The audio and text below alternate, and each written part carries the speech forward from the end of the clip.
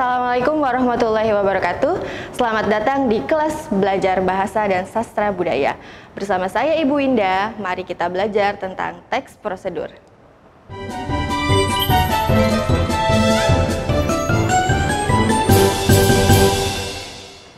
Tahukah kamu, setiap hari kita selalu melakukan suatu kegiatan, misalnya membaca buku, naik kendaraan, menggunakan alat-alat elektronik, dan melayani tamu. Agar dapat melakukannya dengan benar, kita memerlukan serangkaian petunjuk melakukan kegiatan tersebut. Banyak istilah yang digunakan untuk menyebut petunjuk-petunjuk itu loh. Ada yang menyebutnya dengan kiat, tips, resep, cara jitu, dan sebutan lainnya. Mari kita sebut saja semuanya itu dengan istilah prosedur. Baik. Sebelum masuk ke dalam materi pembelajaran, kita lihat dulu tujuan pembelajaran hari ini. Yang pertama, melalui video pembelajaran, siswa mampu mengidentifikasi teks prosedur dengan benar dan tepat. Yang kedua, siswa mampu mengidentifikasi struktur teks prosedur. Yang ketiga, melalui kegiatan diskusi, siswa mampu menelaah kebahasaan teks prosedur dengan baik. Pelaksanaan setiap tahap tersebut menggambarkan proses berlangsungnya suatu kegiatan yang dilakukan seseorang. Apabila seseorang memahami cara melakukan suatu kegiatan tersebut, maka keberhasilan kegiatan tersebut sudah tergambar.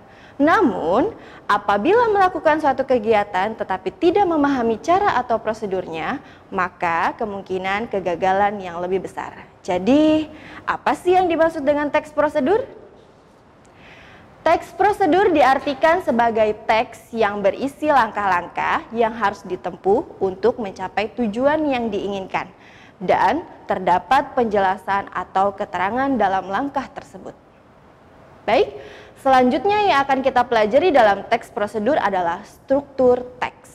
Apa saja sih struktur teks prosedur? Struktur teks prosedur merupakan bagian atau cara teks tersebut dibangun. Struktur teks dibangun oleh yang pertama ada tujuan, yang kedua langkah-langkah, dan yang ketiga penegasan ulang. Pertama, tujuan merupakan hasil akhir yang akan dicapai. Yang kedua, langkah-langkah adalah cara yang akan ditempuh agar tujuan tercapai. Yang ketiga, penegasan ulang. Penegasan ulang diartikan sebagai pengulangan pernyataan yang digunakan untuk meyakinkan pembaca. Subbab selanjutnya yang akan kita pelajari adalah tentang unsur kebahasaan teks prosedur. Pada umumnya, teks prosedur memiliki ciri-ciri kebahasaan sebagai berikut. Yang pertama, imperatif. Banyak menggunakan kata kerja yang bersifat imperatif. Apa itu imperatif?